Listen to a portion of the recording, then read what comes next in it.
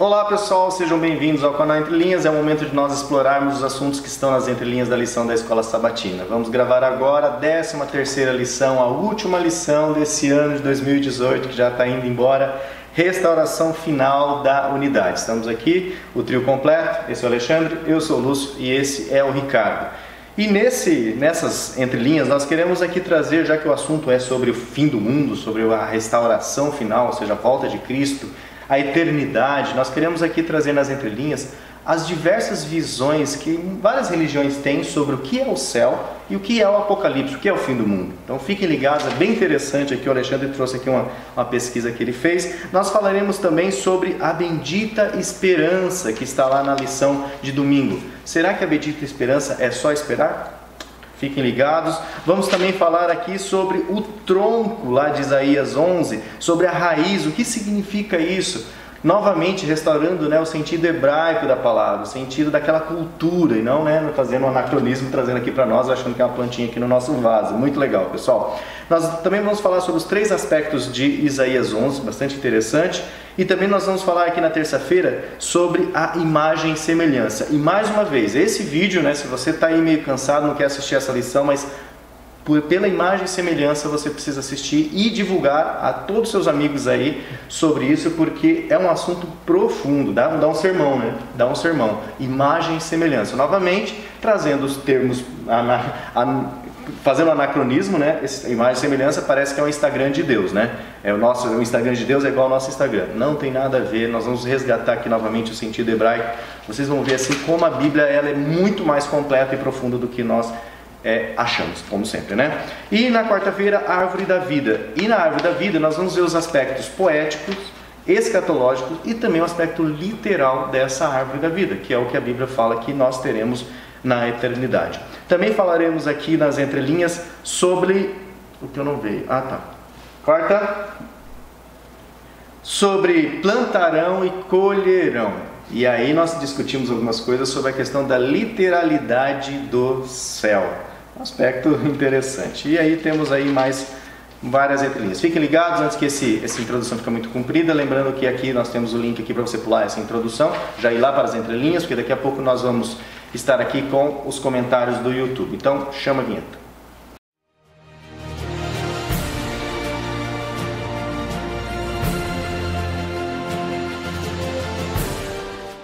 Bom pessoal, esse é o momento de nós agradecermos a você que é inscrito no canal, que deixa seu joinha em todos os vídeos, que comenta aqui conosco, que compartilha esse vídeo com todo mundo aí da sua rede social. E também fico alerta aqui para você não esquecer de deixar seu sininho acionado para que nos novos vídeos você seja alertado e consiga assistir o conteúdo do canal. Pessoal, então vamos agradecer aqui, peço licença aqui, vou entrar aqui na frente do Alexandre.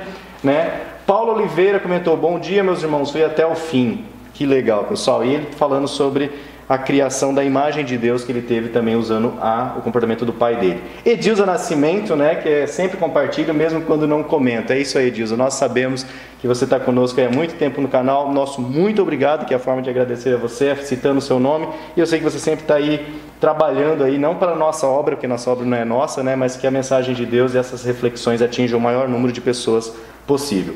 A Luísa Lima, excelente, fui até o fim. Legal, hein, pessoal? Todo mundo indo até o fim, Santos Domingos, fui até o fim. Célio Nonato, muito enriquecedor, fui até o fim. Fernando Ferreira de Souza também, já buscamos o que está nas entrelinhas. Existe alguma na sequência das camisas do Ricardo? Não tem entrelinhas na sequência. Só que ele gosta de quadrinho. Fernando Ferreira comentando de novo. Walter Garcia comentou aqui dando a idade das filhas que nós comentamos no vídeo anterior, 27 anos e uma filha de 19 anos. Obrigado, Walter, por estar assistindo nosso canal e compartilhando aí com as filhas e com todos mais. Nilson Brandão sempre comentando conosco, fui até o fim. Muito obrigado pelos parabéns, Nilson. Volney Riquem também comentando conosco sempre. E Tânia Regina que comentou assim, fui até o fim. É um canal que procurava há muito tempo e aprender sobre adoração, então, tem tudo a ver com a nossa época. É isso mesmo, Tânia. Seja bem-vinda ao canal. Espero que você assista os vídeos aí, os retroativos. Tem muito material aí que nós produzimos nesses 2 anos de canal. Estamos aí chegando a mais um trimestre, tem vários outros comentários aqui da Massai, que Massai. já é sócia do canal já também. Desde o comecinho, Gil Ferreira, Rogério. Lúcio, teve uma pessoa que falou sobre os adolescentes, lição dos adolescentes, a gente podia fazer alguma coisa. Exatamente, né? Porque eu sou professor. E teve outra professora do adolescente que disse que assiste conosco aqui, né? Acompanha a lição dos adultos, sendo também professora dos adolescentes. Eu também sou professor aqui dos adolescentes aqui na igreja que eu congrego aqui na Central de Campo Mourão, pessoal. O adolescente é difícil, é uma idade que eu acho que nada mais do que a verdade, o interesse, esses Sim, mas conceitos. o conteúdo da lição dos adolescentes, ela queria que a gente fizesse alguma coisa. Teria que estudar. Pensar, né? Teria que estudar. Nós seguimos uma outra sequência bem interessante. A cada 4 anos nós estudamos toda a Bíblia para os adolescentes. É muito legal, né? Eu sei que, apesar que esse canal é para os adultos, né, pessoal? Mas tem muitas pessoas aí do departamento infantil nos assistindo e estudando a lição dos adultos conosco. É um prazer tê-los. Nós estamos aqui gravando o último vídeo, né, desse trimestre. Teremos aqui um período de férias, nós vamos, né, muitos aqui, eu vou viajar, o Alexandre também, o Ricardo vai ficar mais aqui em casa, mas nós teremos aí um formato um pouco diferente nesse período de férias para viabilizar e não perdermos nenhuma entrelinhas, né? Ou seja, que todas as lições mantemos a sequência, tenham as entrelinhas. Aquilo que a gente já está desenvolvendo aqui uma estrutura linguística, né, um discurso aqui já familiar aqui no canal. Que bom que espero que vocês estejam aprendendo muito. Bom, vamos lá então às entrelinhas. Restauração final da unidade. Nós vamos primeiro começar aqui, já que nós vamos falar sobre a final, antes de entrar nos slides, né? O Alexandre vai nos trazer aqui sobre as diferentes visões que as religiões têm sobre o que é o céu e também o que é o fim do mundo. É bastante interessante, né, Alexandre? Pode? Beleza. Vamos lá então, Lúcio. Primeiro, deixar claro que eu não sou especialista nisso, mas fiz uma pesquisa rápida aí e vamos apresentar alguns apontamentos básicos e gerais sobre algumas religiões. Um elemento que salta aos olhos é como muitas religiões falam de um fim do mundo cataclísmico, ou seja, com eventos traumáticos na natureza, envolvendo os corpos celestes, né, o Sol, a Lua, as estrelas, e envolvendo a destruição da Terra pelo fogo.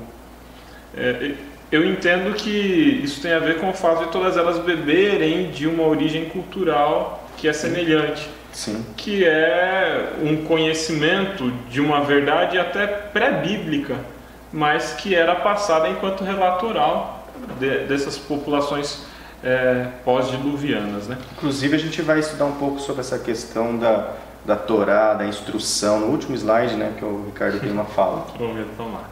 A primeira delas é o zoroastrismo, né? O zoroastrismo é uma religião que tem origem na Pérsia, e ele diz que a maldade humana ela aumentaria muito. Um cometa chamado Gotihi, ele cairia na Terra, então uma estrela cairia na Terra, abriria-se um rio de lava. Esse rio de lava consumiria os ímpios, então uma destruição pelo fogo, envolvendo uma queda de cometa na Terra, uma maldade que se multiplica, né? A partir desse momento, os justos eles se tornariam imortais, seria feito um julgamento, um juízo. A ideia do zoroastrismo passa por uma compreensão de que existe o bem e o mal, dois deuses, né? Ahura Mazda e Arimã, uma divindade boa, uma divindade má, que vivem em conflito e em complementaridade também, mas no fim o bem venceria, os justos se tornariam imortais e todos passariam a falar a mesma língua. Interessante esse aspecto.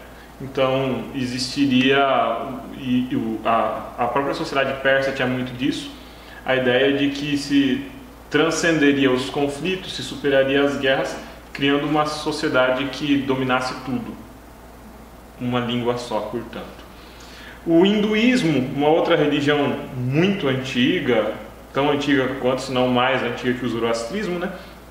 Ele também acredita que a maldade e a desigualdade aumenta, acompanhando um aumento da desigualdade entre as pessoas e a miséria decorrente disso, e viria uma série de cataclismas na Terra também, e o início de um novo ciclo. Esse novo ciclo seria uma Terra aperfeiçoada, em que as pessoas viveriam em paz, as pessoas seriam melhores, e a expectativa de vida das pessoas seria muito mais longa, aí chegando a 5, 6, até 10 mil anos. Então essa é a ideia. Por outro lado, dentro do dualismo também, existe a ideia de um plano espiritual perfeito. Então, como que se acredita?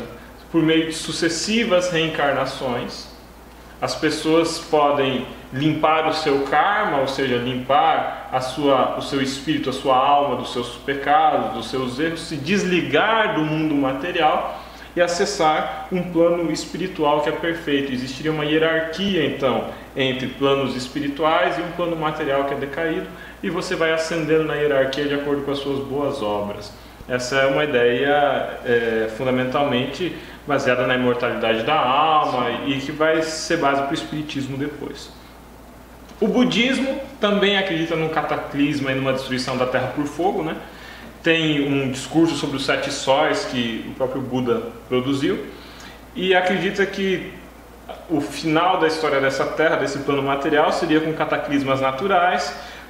7 sóis surgiriam ao redor da Terra, aqueceriam muito mais, teria sinais nas águas, teria sinal nas árvores, nas florestas. Um desses sóis cairia na Terra como uma bola de fogo que destruiria tudo.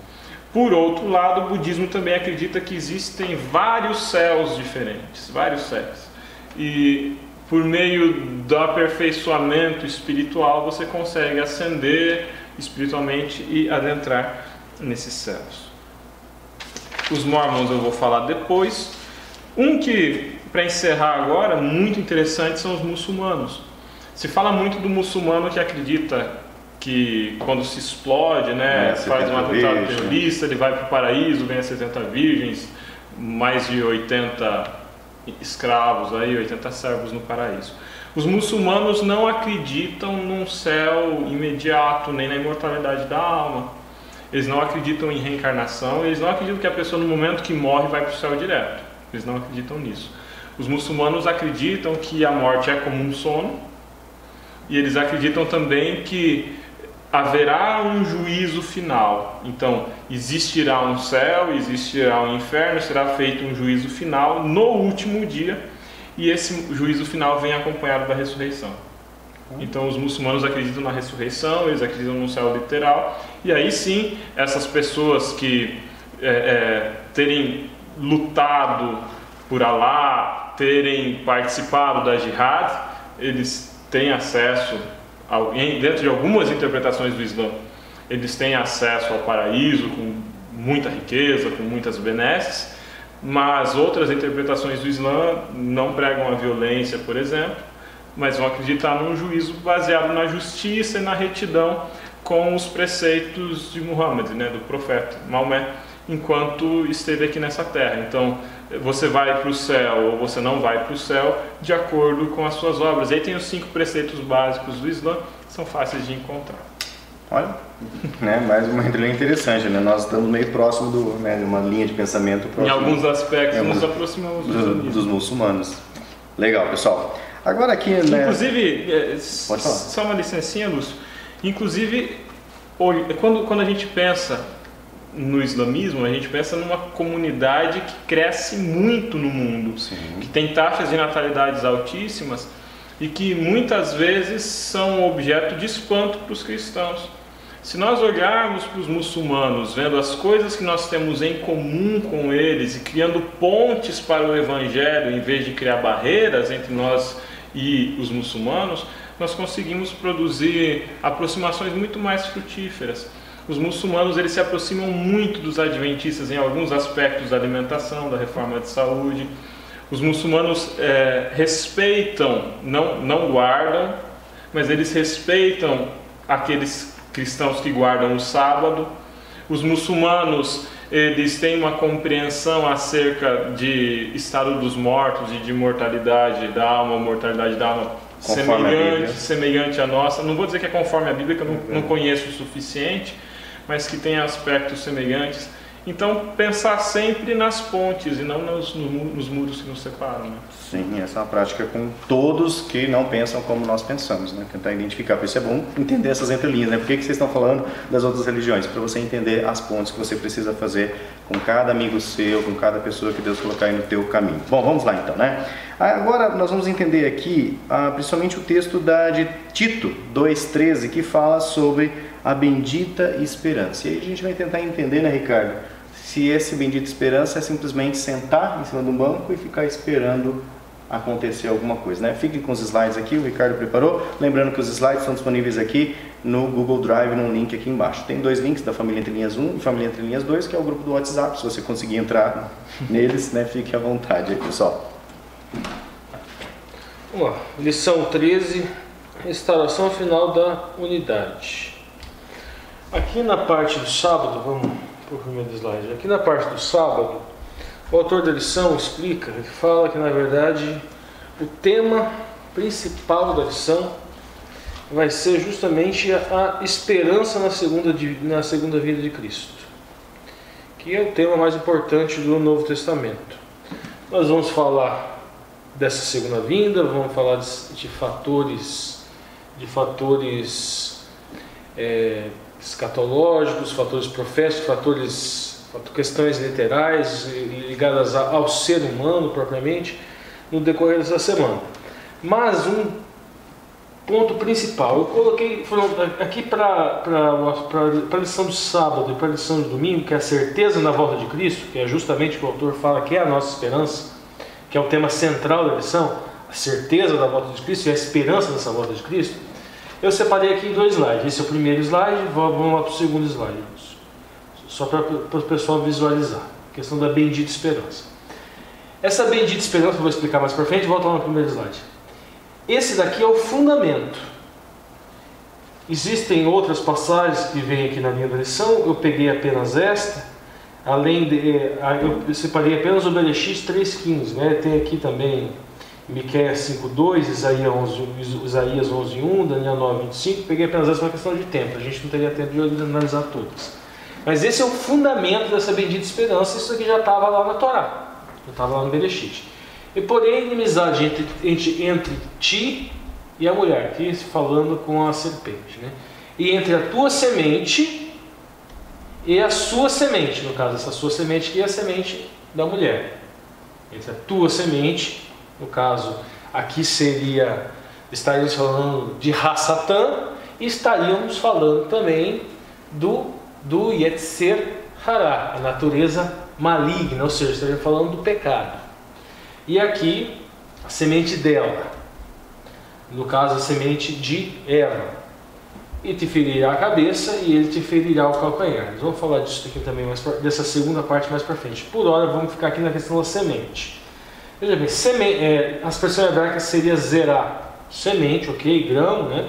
Mas também no sentido de semi, esperma, e o sentido principal que é a esse enunciado atribuído, que é filho ou descendente. Também significa a época de plantio.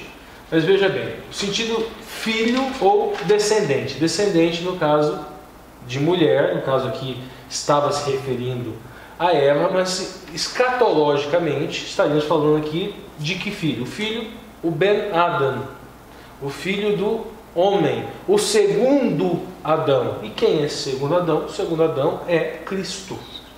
Da descendência de Davi, da descendência de Jessé, ok, mas também da descendência de Adão. Ele possui essa natureza de filho do homem, além de Ben Elohim, além de filho de Deus. Então, filho da mulher também. Né? Filho da mulher também. E agora aqui nós temos essa, que seria Ish, que aqui nós temos lá no Bereshit já esse lado escatológico do Messias. Esse é o fundamento da nossa bendita esperança. Ou seja, qual é o fundamento da nossa bendita esperança? É isso aqui, ó. O Messias, e nós vemos aqui o desenho, ó, esse mesmo, o cravo que está nos pés do Messias, né, ele entra na cabeça da serpente. A serpente, que no Apocalipse fala que é o antigo dragão, que é, no caso, o Hassatã, que é o acusador. Isso daqui também, além de uma profecia no sentido da vinda do Salvador, é uma profecia de juízo também de graça, juízo também de misericórdia.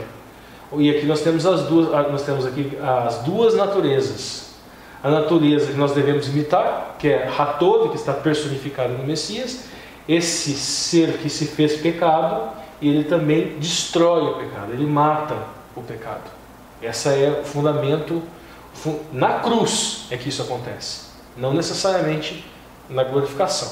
Nós vamos entender melhor um pouco justificação, santificação e glorificação hoje, como é que funciona isso também nessa escatologia da segunda vinda de Cristo. Esse é o fundamento. Vamos lá, vamos para o próximo. Agora, a bendita esperança.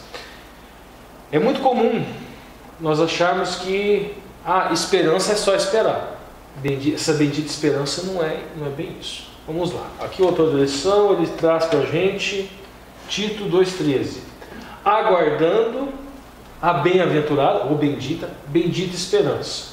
Coloquei aqui a expressão hebraica, separei prefixo filho e já vou falar nela. E o aparecimento da glória do grande Deus e do nosso Salvador, Jesus Cristo. Vamos lá. Primeiro, tikevá seria esperança ou expectativa, ou cordão. Tudo bem. Agora aqui o detalhe. A palavra aqui, se a gente fosse transformá-la aqui no hebraico, essa palavra para essa bem-aventurada ou bendita seria asherei. E essa palavra asherei, ela possui uma raiz, eu vou explicar aqui, ó, que essa milchar seria feliz, por isso bendita ou bem-aventurada. Confirmado, aprovado, autêntico, lavado ou dirigido.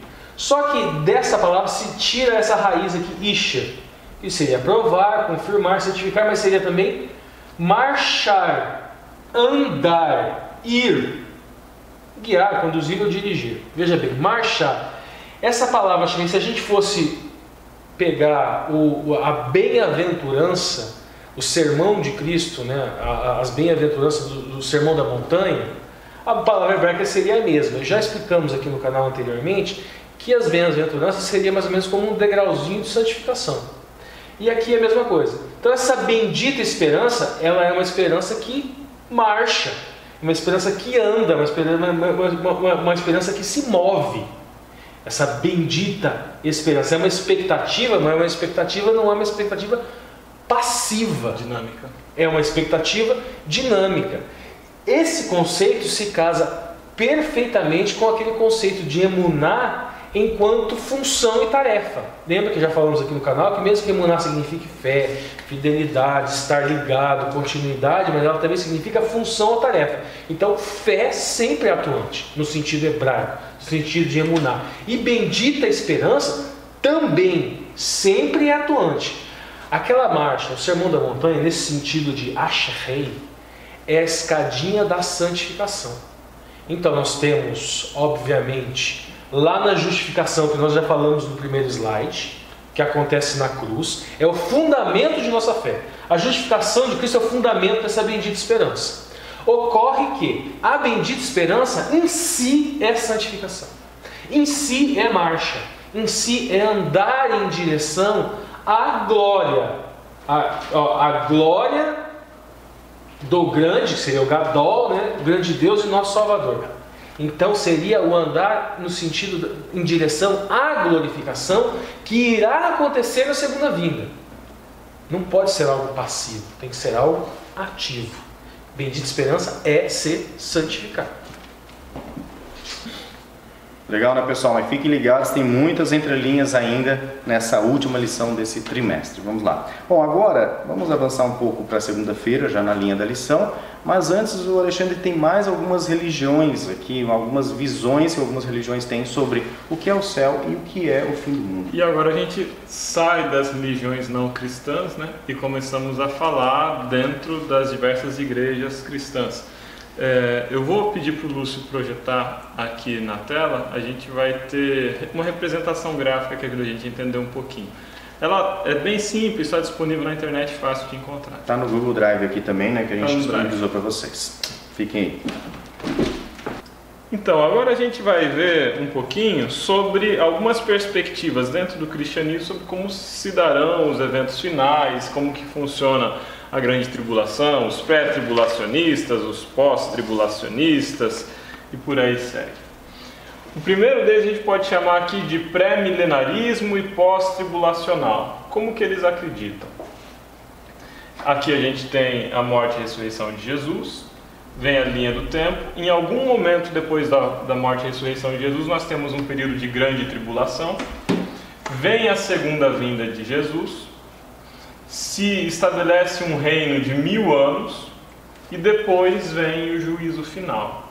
Se parar para pensar, a perspectiva adventista estaria muito próxima dessa ideia aqui. Vem a grande tribulação, vem a segunda vinda de Cristo, estabelece o milênio e depois no milênio o juízo final. O fator complicador aqui é onde ocorre esse milênio. A maioria das denominações cristãs acreditam que esse milênio aqui, ele acontece aqui na Terra. Então, como que essas religiões creem? Vem a grande tribulação, ocorre a segunda vinda de Cristo, e nessa segunda vinda de Cristo, Jesus estabelece o reino dele aqui na Terra. E ele reina entre as pessoas por 1000 anos aqui na Terra. A gente vai ver depois que os adventistas pensam diferente. Pode descer para a próxima agora. Esse segundo modelo, ele é chamado pré-milenarismo, pré-tribulacional. Ele também é chamado dispensacional ou dispensacionalismo, porque eles acreditam que a igreja cristã não passará pela grande tribulação, que a grande tribulação é um momento para os ímpios, mas que os cristãos serão preservados dessa grande tribulação. Aqui estão todos aquele conjunto de pessoas que acreditam no arrebatamento secreto. Então, como que eles vêm? Aqui está a morte e ressurreição de Jesus. Essa segunda vinda de Jesus aqui não é uma segunda vinda literal. Jesus não vem para a terra. Aqui ocorre o arrebatamento. As pessoas sobem e se encontram com Jesus no céu. O arrebatamento secreto. O arrebatamento secreto, sim. Existe um período chamado Grande Tribulação, que na crença deles dura 7 anos. E por fim vem a segunda vinda de Cristo com a igreja. Então depois de 7 anos, Jesus volta à terra agora com a igreja. E aí ele estabelece o milênio e por fim o juízo final. Então é pré-milenarismo, porque Cristo vem antes do milênio, mas é pré-tribulacional ou dispensacionalista, porque se dispensa a grande tribulação. Essa vertente aqui acredita que a igreja é arrebatada de forma secreta e não passa pela grande tribulação. A maioria do meio evangélico, pentecostal, na pentecostal hoje está dentro dessa perspectiva. Vamos para a próxima. Esse aqui, pós-milenarismo, como que eles acreditam? Aqui nós temos a primeira vinda de Jesus na cruz, um período longo, inicia-se o milênio, depois do milênio vem a segunda vinda de Cristo e o juízo final. Nessa perspectiva aqui, que se aproxima muito dos testemunhas de Jeová, se estabelece um reino de Deus que é governado por Cristo aqui na terra, se estabelece um reino de paz na terra, as pessoas vivem em harmonia, o sistema corrupto desse mundo ele é superado, esse sistema decaído com os governos atuais ele é superado, as religiões falsas acabam, a gente vive 1000 anos de paz e aí depois vem a segunda vinda de Cristo e aqui vem o Armagedon. Nesse Armagedon são ressuscitados os ímpios e eles são por fim destruídos, e aqui também são ressuscitados os justos daí. Então, agora a última perspectiva, amilenarismo. Nessa perspectiva aqui não existe um milênio literal. Como que eles creem? Aqui tem a vinda de Cristo, a primeira vinda, e a partir da primeira vinda de Cristo já começou o milênio, que é um milênio simbólico. Esses 1000 anos é o tempo em que o cristianismo se estende para toda a terra, e aí por fim a gente tem em algum momento a segunda vinda de Cristo já acompanhada do juízo final. Como que isso se organiza agora em termos de religiões, né? Nós temos, já falei dos pós-tribulacionistas, dos pré-tribulacionistas, dos pós-milenaristas, dos pré-milenaristas. A gente vai ter muita gente acreditando em arrebatamento secreto. Os testemunhas de Jeová, eu já falei, né? Eles acreditam em um milênio que é um reino de Cristo aqui nessa terra. Os mormons, eles estão dentro do cristianismo ainda, mas vão pensar de forma um pouco diferente. Eles acreditam que Jesus volta 2 vezes. Ele volta uma primeira vez para os mormons e ele volta uma segunda vez em Jerusalém. Nessa segunda vinda de Jesus em Jerusalém, ele estabelece um reino que dura 1000 anos. São 1000 anos de paz em que Satanás está preso. Após esses 1000 anos de paz, vem uma grande guerra, que é o Armagedon, um juízo final, a destruição dos ímpios e, por fim, a ressurreição. Então a gente percebe que os Mormons eles se aproximam em muitos aspectos da ideia do arrebatamento secreto. A diferença é que eles acreditam que tem uma ressurreição especial aqui, que acontece no início do milênio, que é a ressurreição dos 144 mil, que seriam eles. Seriam aqueles justos, aqueles que estão corretos com a verdade deles e que vão para o céu, não ficam morando na terra, eles vão morar no céu. A gente falou de vários dentro do meio evangélico, faltou falar dos católicos. Entre o catolicismo hoje a gente pode delinear 3 perspectivas amplas assim. Uma delas é do catolicismo carismático. Muitos católicos carismáticos, por terem muita influência do pentecostalismo, do neopentecostalismo, acabam acreditando no arrebatamento secreto também. Porque existe um processo de sincretismo religioso aí, rola uma mistura. Apesar de não ser a doutrina da Igreja Católica, tem muito católico carismático que acredita no arrebatamento secreto. Os católicos mais tradicionais acreditam num céu e num inferno espiritual. Então, existe já o céu hoje, a pessoa morre e o espírito dele vai para o céu. Eles acreditam na imortalidade da alma. E existe um inferno literal, em que a pessoa morre, se era má, vai para o inferno e vai ficar sofrendo torturas eternamente.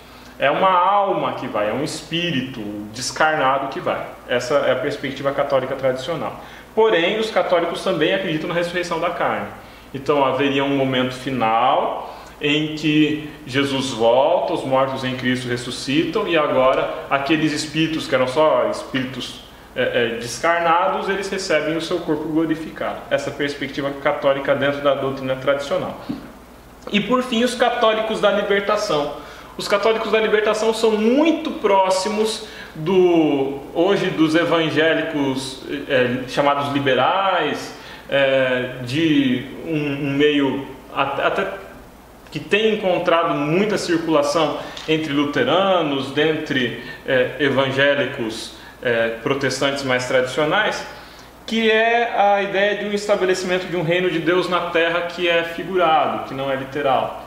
Como que funciona isso? O reino de Deus é onde eu estou e é onde eu cumpro a vontade de Deus. Então, se eu tratar com justiça o meu próximo, se eu tratar o meu próximo com equidade, com igualdade, se eu agir de forma correta, eu estou construindo o reino de Deus. E aí eu estabeleço o reino de Deus na terra já, porque o reino de Deus é quando nós vivemos em comunidade de acordo com a vontade de Deus.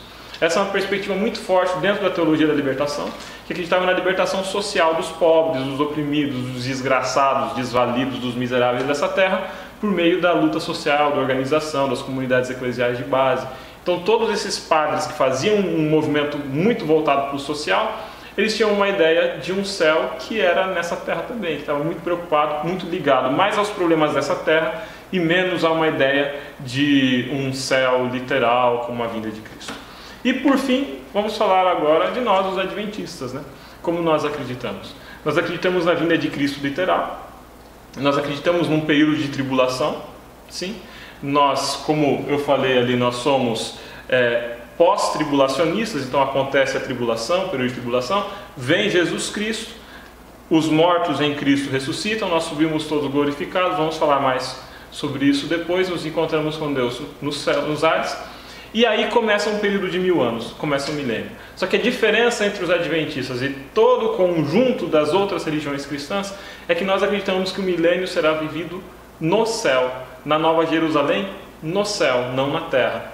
E depois desse período de 1000 anos em que Satanás fica aprisionado na terra sem ter a quem tentar, em que a terra fica desolada, existe aí sim um juízo final em que ocorre a execução da sentença que foi estudada durante esses 1000 anos, durante esse milênio, a Nova Jerusalém. E aí nós temos aquela cena de Apocalipse, né? A Nova Jerusalém desce ataviada como noiva, a gente vai falar sobre isso na lição, e Satanás reúne as suas hostes malignas, são ressuscitados os ímpios, desce fogo e enxofre e consome tudo. Esse é o inferno, não é um inferno eterno, destrói-se todo o pecado, a morte é jogada no lago de fogo e enxofre, ou seja, acaba a morte, e aí se estabelece um paraíso terrestre e eterno. Quais as características desse paraíso a gente vai ver mais pra frente. Tcharam! Legal, né, pessoal? Muito conhecimento, muitas entrelinhas. Espero que você esteja aproveitando e agora é o momento de você pausar o vídeo, né, virar seu celular e dar lá, gostei, ok? E lá no Smart TV, só dá um ok, vai lá, mais opções, gostei. Muito importante esse gostei, pessoal, porque faz com que o YouTube entenda que esse conteúdo é relevante para você que está assistindo. E aí a máquina, né, o motor do YouTube, a plataforma, né, ela acaba identificando que aí existem alguns amigos ao seu redor, às vezes vizinhos, e ele começa a sugerir o mesmo vídeo que você está assistindo, que você gostou, para os seus amigos. Quem sabe, né, um amigo seu, clique aí nesse vídeo, vê essas imagens iniciais que a gente está fazendo, né, bolando aí, e ele clica e ele começa então a estudar mais sobre a Bíblia, ok?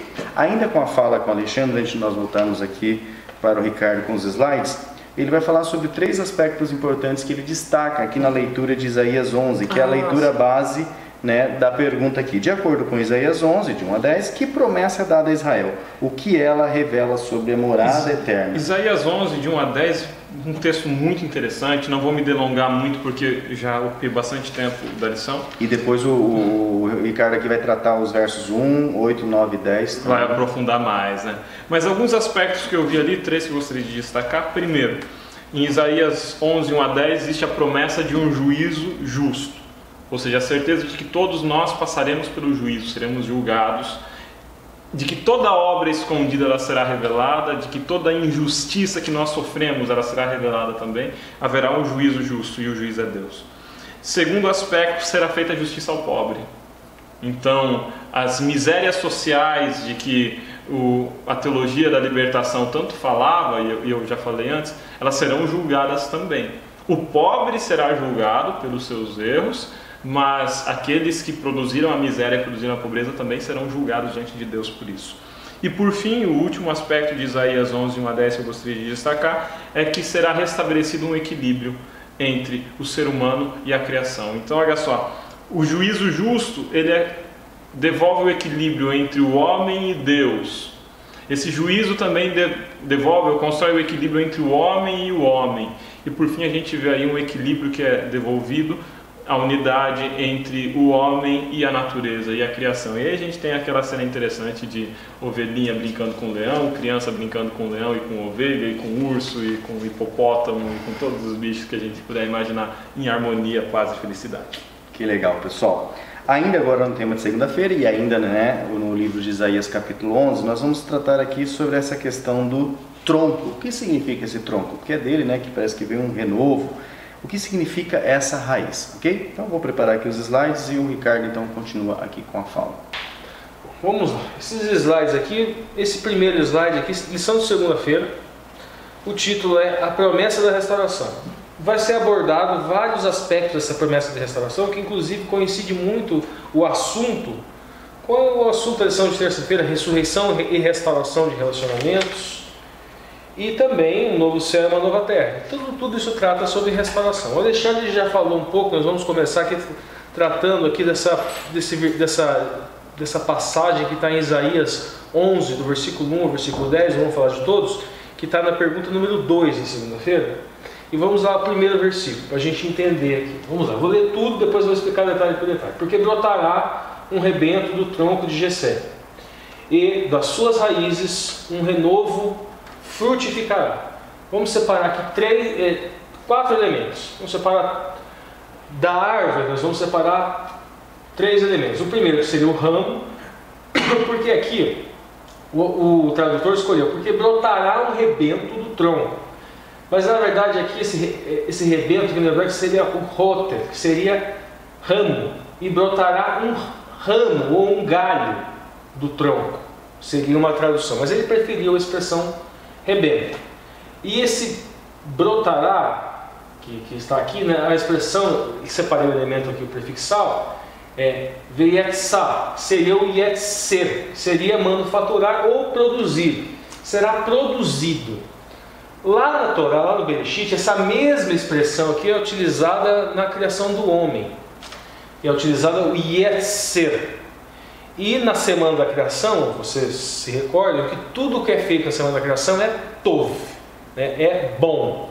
E até que a última é tov meod. Quando é feito o homem, tov meod. E como se utiliza essa expressão aqui, o yetzer, por isso é daí que vem o yetzer ha-tov. O homem foi criado com o yetzer ha-tov, ele foi formado, ele foi moldado, ele foi manufaturado, produzido como um vaso perfeito.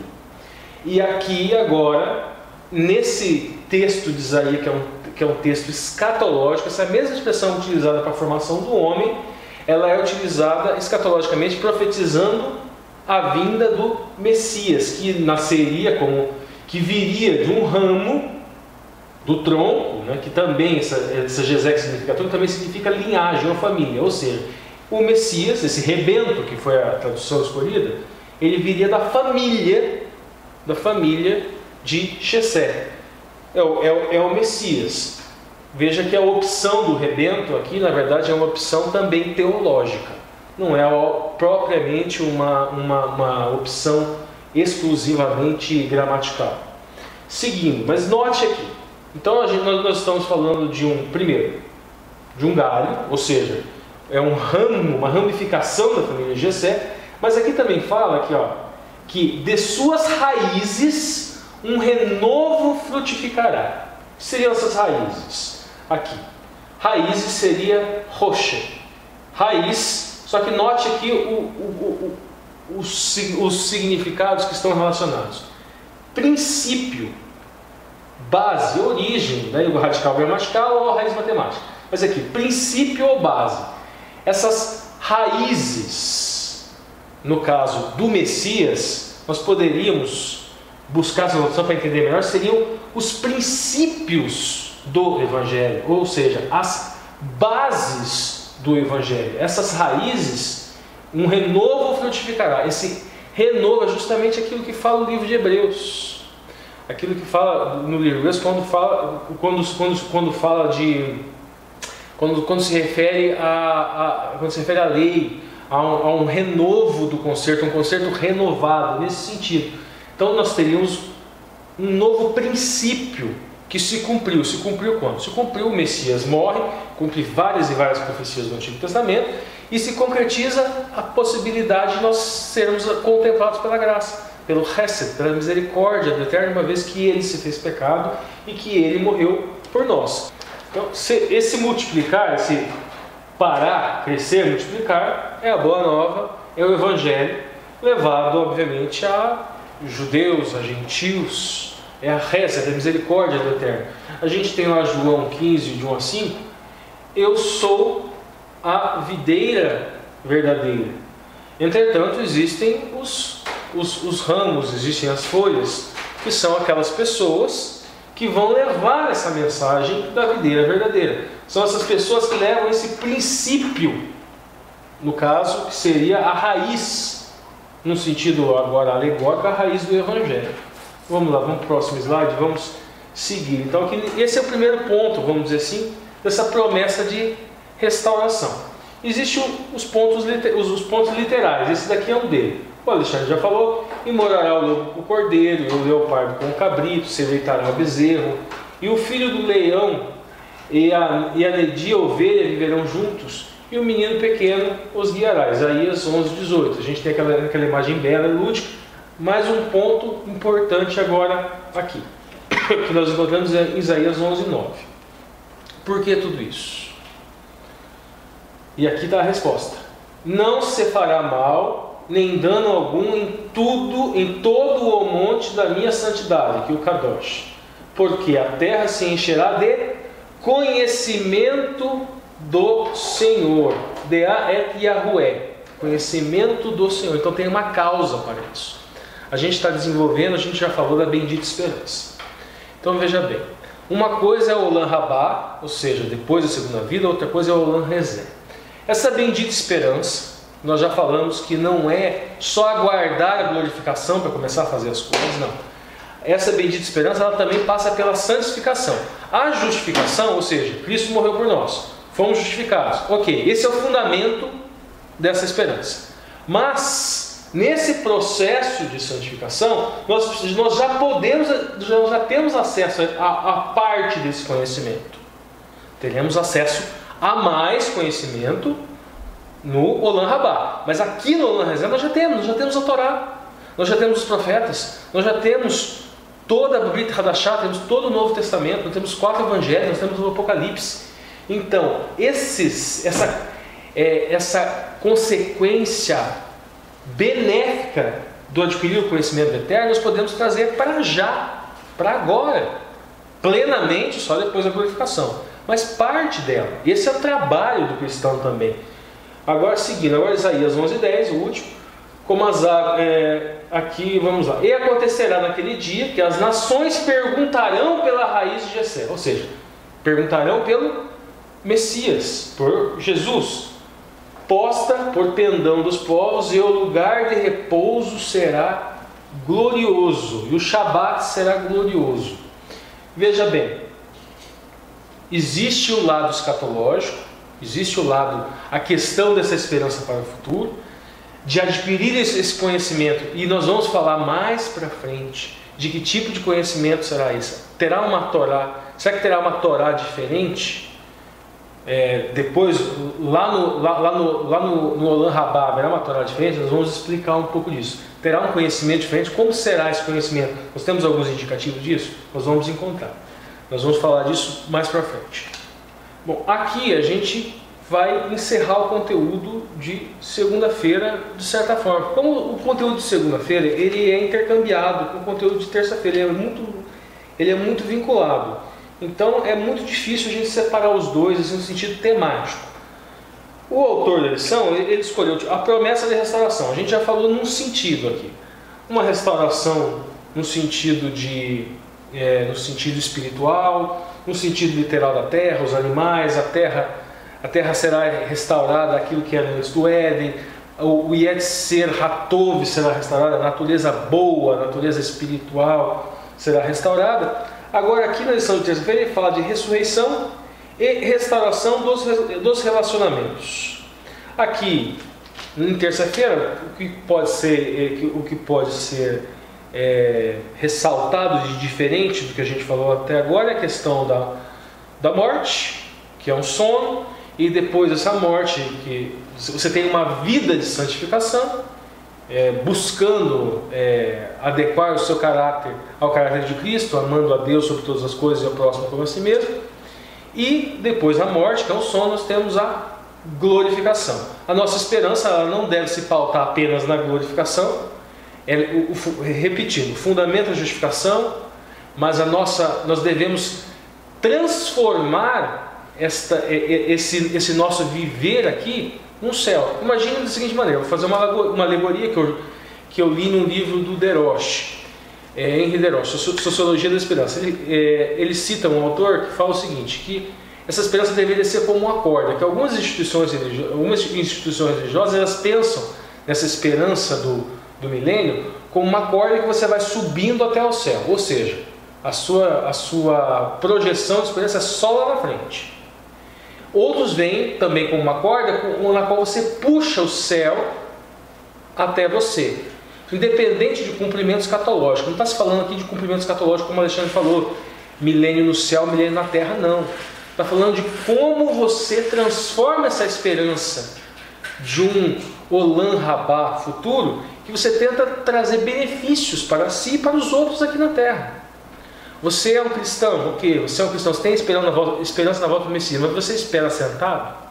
Ou você espera fazendo com que os outros, na sua presença, eles se sintam bem, se sintam como se o céu estivesse na terra? Essa é a pergunta que a gente faz. Então, agora aqui, esses relacionamentos restaurados, também nós podemos já ter um vislumbre deles aqui na terra. Então, vislumbrar essa restauração, olhar a vida, o nascimento, vida e morte e restauração de Cristo, buscar esse exemplo e buscar restaurar os nossos relacionamentos, ou muitas vezes manter os nossos relacionamentos aqui na terra. Vamos lá para o próximo slide e vamos entender um pouquinho melhor também agora a parte de linkar terça com quarta-feira. Uma nova terra para uma nova terra para os remidos. O autor também aqui, ele utiliza essa passagem aqui de Gênesis 1:26. Vamos analisar um pouquinho, trazer 3 elementos hebraicos. E disse Deus, façamos o homem a nossa imagem e semelhança, conforme a nossa semelhança. Vaiomer Elohim, Naaser Adam, Betselenu e Demutenu. 3 expressões. Primeiro, essa aqui, Naaser. Tirei o elemento prefixal. Assor significa fazer, realizar ou nomear. Veja bem, e disse Deus, façamos, e utiliza uma expressão que também está conectada com nomear. Já falamos que Shem é nome, mas nome em hebraico também significa reputação. Aqui, em Bereshit 1:26, nós vemos que o nome do Eterno estava conectado. Ele nomeou, mas o Hashem está conectado com Etzer Hatov. O Adão está conectado com essa fama. Continuando aqui, agora eu separei o elemento prefixal, sufixal, fica o Tser. Tser é figura, imagem, forma, semblante. Só que a raiz dela é Tsel, que significa sombra. Sombra no sentido, ela tem uma expressão idiomática que significa sombra no sentido de proteção. Essa sombra protetora, por que dessa sombra protetora? Porque a mente desse homem, ou seja, no sentido dos pensamentos, estavam alinhados como se fosse uma projeção do Eterno, do nome do Eterno, do Hashem, como se fosse um projetor de luz mesmo. Seguindo agora aqui o Demut. Demut seria a aparência, imagem, figura ou vulto. A raiz é Dem, que significa sangue. Nós já falamos de família.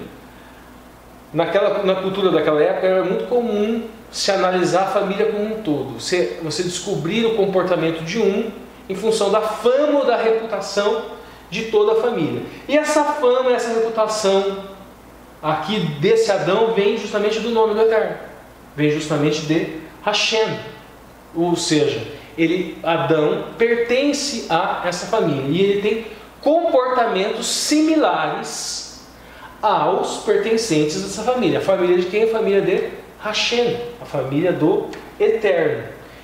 Agora veja bem, existe, depois da árvore do conhecimento do bem e do mal, nós temos também acesso a essa sombra protetora, só que, como que nós podemos fazer parte dessa família?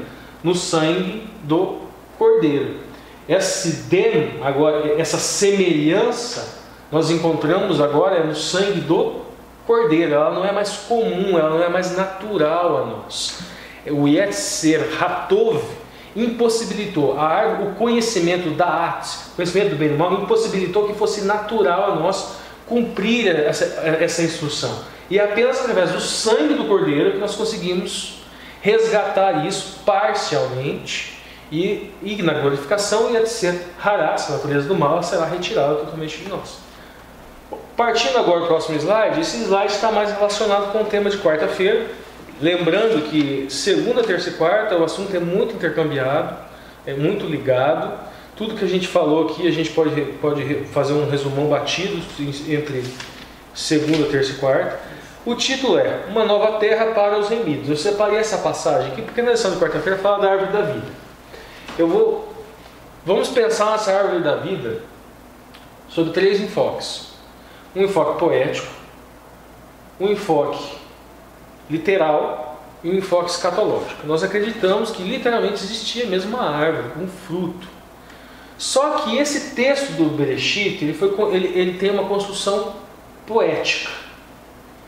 E nessa construção poética nós podemos abstrair algumas verdades. Vamos lá, vamos buscar. Então disse o Senhor: eis que o homem é como nós, sabedor do bem e do mal. Ledaat, Tov, Vahá. Esse Ra aqui é, no caso, o mal. Tov é bem. Ora, pois, para que não estenda a mão e tome também da árvore da vida, a árvore da vida, separei o elemento aqui prefixal, é o Meetz Ha-Ra-Um. Esse Etz é árvore ou madeira, mas com as mesmas letras, só com a pronúncia do sinal maçorético diferente. Nós também temos Utz, que é aconselhar ou assessorar. Então, poeticamente, nós poderíamos dizer que Adão, ele ouviu do conselho do bem e do mal, da serpente.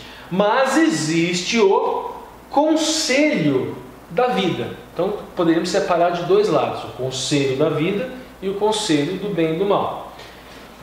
Qual seria esse conselho da vida?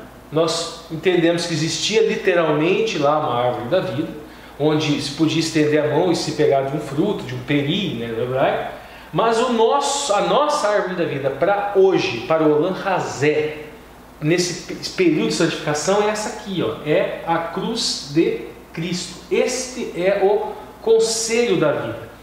Alguns segmentos do judaísmo trabalham essa árvore da vida, porque obviamente segmentos do judaísmo que não aceitam o Messias, eles trabalham essa árvore da vida em alguns pontos.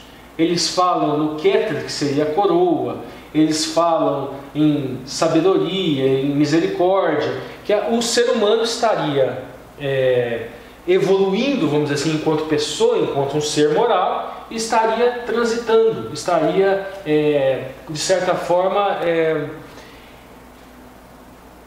trazendo para a sua essência esses elementos da árvore da vida. Agora, nós entendemos que todos esses elementos aqui, eles não são adquiridos pelo nosso próprio mérito, porque eles estão aqui na pessoa do Eterno, na pessoa de Cristo. E só serão alcançados plenamente na glorificação, na segunda vinda, plenamente. Nós podemos ter acesso à parte dele hoje, com certeza. Bom, então esses são os pontos que a gente tinha para tratar com essa questão da nova terra e dos remidos.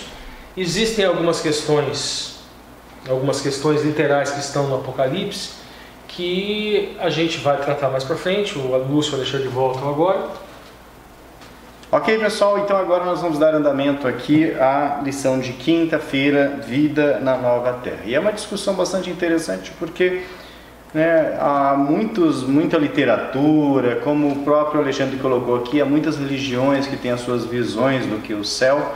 E nós vamos explorar aqui um pouco mais sobre alguns aspectos que a Bíblia nos dá sobre a literalidade do céu. Lembrando sempre que nós aqui do canal Entre Linhas, nós sempre trazemos aquela visão de que Deus é algo que está fora do nosso tempo. Okay? Então Deus não está limitado ao nosso tempo. Deus criou o tempo. E aí quando se fala no céu, novamente vem a pergunta, como será esse céu? Será que será um céu atemporal? É um céu com alminhas descarnadas? Exatamente, e vai ficar flutuando, tocando harpinhas, ou é um céu que tem um aspecto temporal? Para responder isso, não adianta a minha opinião, nem a opinião do Ricardo, nem do Alexandre. O que importa é o que a Bíblia fala sobre isso. E parece que existem alguns vestígios que nos dão uma guia, Alexandre? Eu diria até bem mais que vestígios. Vamos lá para Isaías 65, 21 a 25, que é uma passagem que eu gosto. Isaías 65, 21 a 25. Eles edificarão casas e nelas habitarão. Plantarão vinhas e comerão o seu fruto. Não edificarão para que outro habite. Não plantarão para que outros comam. Porque a longevidade do meu povo será como a da árvore, e os meus eleitos desfrutarão de todas as suas obras das suas próprias mãos. Não trabalharão debalde, nem terão filhos para calamidade, porque são a posteridade bendita do Senhor, e os seus filhos estarão com eles. E será que antes que clamem eu responderei, estando eles ainda falando eu os ouvirei. O lobo comerá com o cordeiro, passarão juntos, e o leão comerá palha com o boi. Pó será a comida da serpente. Não se fará mal nem dano algum em todo o meu santo monte. Mas em especial, eles edificarão casas, mas habitarão, plantarão vinhas e comerão os seus frutos.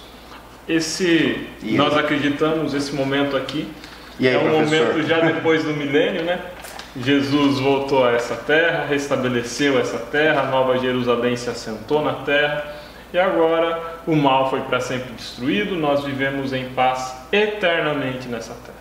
E agora, um aspecto legal desse paraíso, desse céu, não é um céu em que as pessoas ficam sem fazer nada. Não é um céu em que a gente fica tocando harpinha o dia inteiro.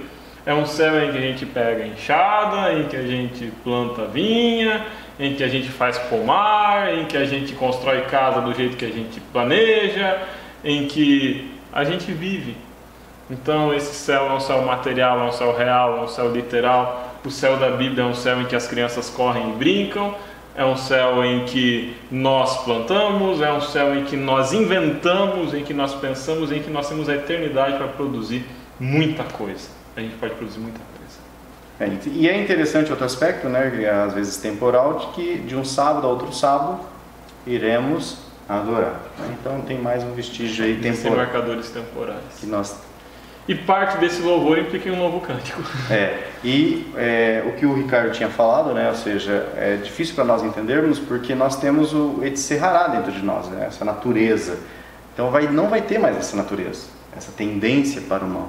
Nós teremos o que? A restauração edênica, ou seja, teremos o Etserhatov. Então nosso pensamento será diferente. Talvez isso. O caráter é o mesmo que a gente está tentando moldar aqui, mas haverá ainda uma transformação ética, né? Isso será natural a fazer o bem. Exatamente. E não uma luta, né? Como Paulo diz, o bem que eu quero fazer eu não consigo. Bom, vamos então avançar agora, ainda na quinta-feira, né? O autor traz lá o texto de Isaías, capítulo 42, verso 10, onde fala sobre um novo cântico. E nós vamos novamente, sobre a perspectiva, a perspectiva hebraica, entender o que quer dizer esse novo cântico, né? Então fica aqui com os slides. A gente falou lá atrás que será que vai existir uma Torá diferente? Surgiu no grupo lá, só vou fazer uma tangente aí no assunto, surgiu no grupo se por um acaso a Torá existia antes do Sinai.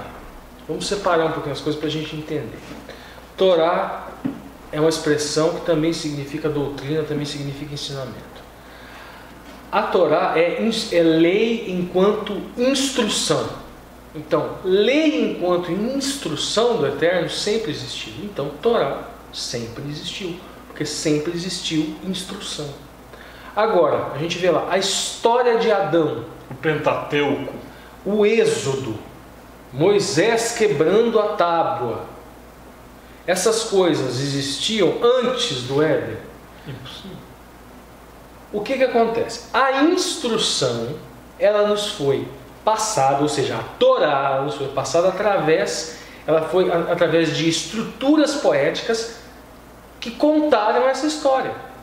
Todos os princípios do Eterno, enquanto lei de instrução, você encontra na estrutura linguística do Pentateuco, na estrutura linguística da Torá. Você abstrai doutrinas da história de Abraão encontrando uma esposa para o seu filho. Aquele fato efetivamente aconteceu? Isso aconteceu. Aquele princípio doutrinário que você abstrai de lá sempre existiu? Sempre existiu. Então, nesse sentido, a Torá sempre existiu. E nesse sentido, a Torá continuará existindo também. Então, veja bem, quando nós encontramos... E o que tudo isso tem a ver com música, com canto? Vamos entender isso agora. Aqui em quinta-feira, o autor traz essa passagem, Isaías 42:10. Cantai ao Senhor um cântico novo. É o Shiru Layahué Shir Hadash. E o seu louvor desde o fim da terra, vós, os que navegais pelo mar, e tudo quanto maneira, vós, ilhas e seus habitantes. Veja bem, Shir, que é música, está aqui, nós temos duas vezes aqui, né? Cantai, que seria o Shiru, e o Shir, que seria a música. Shir, música, canto, ok, canção, mas também é poema, também é poesia. A estrutura da Torá nós encontramos variáveis, no Bereshit, mas, por exemplo, no Gênesis. Naqueles momentos em que o enunciado se refere mais ao Eterno, ela tem uma estrutura de poema, ela tem uma estrutura poética, ou seja, ela tem uma estrutura de shir, ela tem uma estrutura de canto. Em outros tantos, que não é algo tão mais elevado, ela não possui essa estrutura de shir, de estrutura de poética. Nós falamos, lembra que a Torá, a lei enquanto instrução, é princípios. E aquelas histórias que aconteceram, elas foram construídas nessa estrutura de poema, de poesia, para passar os princípios da instrução da lei do Eterno. No Olam Rabá, ou seja, depois da segunda vinda, lá no milênio, haverão outras histórias que irão acontecer e que poderão ser escritas, haver um renovo de escritas. Talvez nós estejamos vivendo elas hoje. Exatamente. E essas Histórias também poderiam ser escritas nessa mesma estrutura que foi escrita a Torá, para a história do caso de Abraão, que procurou uma esposa para o filho dele, lá no milênio, ou até mesmo hoje, e se introduzir esses princípios lá, ou seja, uma nova Torá sendo escrita. Mas os princípios mudam? Não, os princípios não mudam. O princípio é o mesmo. A estrutura poética continua sendo a mesma, só que são novas histórias contadas. A ideia de um texto escrito, ela é compatível com a ideia, sentou-se o tribunal, abriram-se os livros, né? Sim. Inclusive enquanto Torá, enquanto um elemento de julgamento também. Os livros que serão abertos lá no céu. Sim. Nesse sentido, que o Alexandre está falando também, os livros que serão... No milênio, nós iremos entender, a doutrina adventista prega que nós iremos entender porque muitos foram salvos e muitos foram e outros não foram. Os livros seriam abertos. Isso aqui é um estudo sistemático, Daniel, Apocalipse e outros tantos.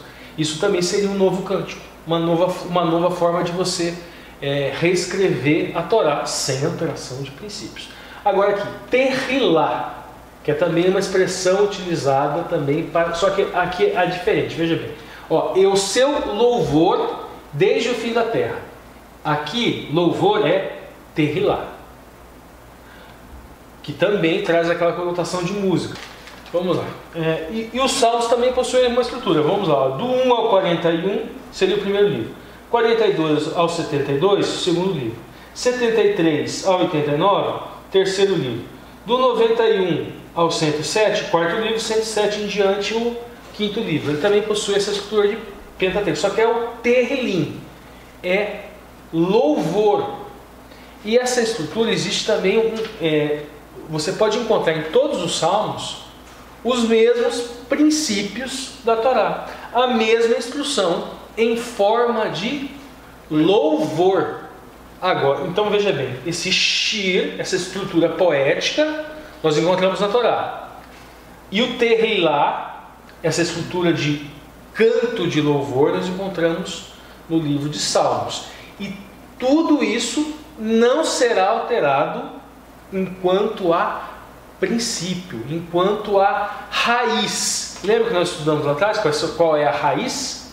Essas raízes são justamente o evangelho que vem do tronco de Jessé, que é a pregação do Messias, que é a pregação de graça, de misericórdia e da nossa obediência em função de gratidão. E volta o Lúcio. E eu volto aqui, pessoal, para nós encerrarmos esse vídeo.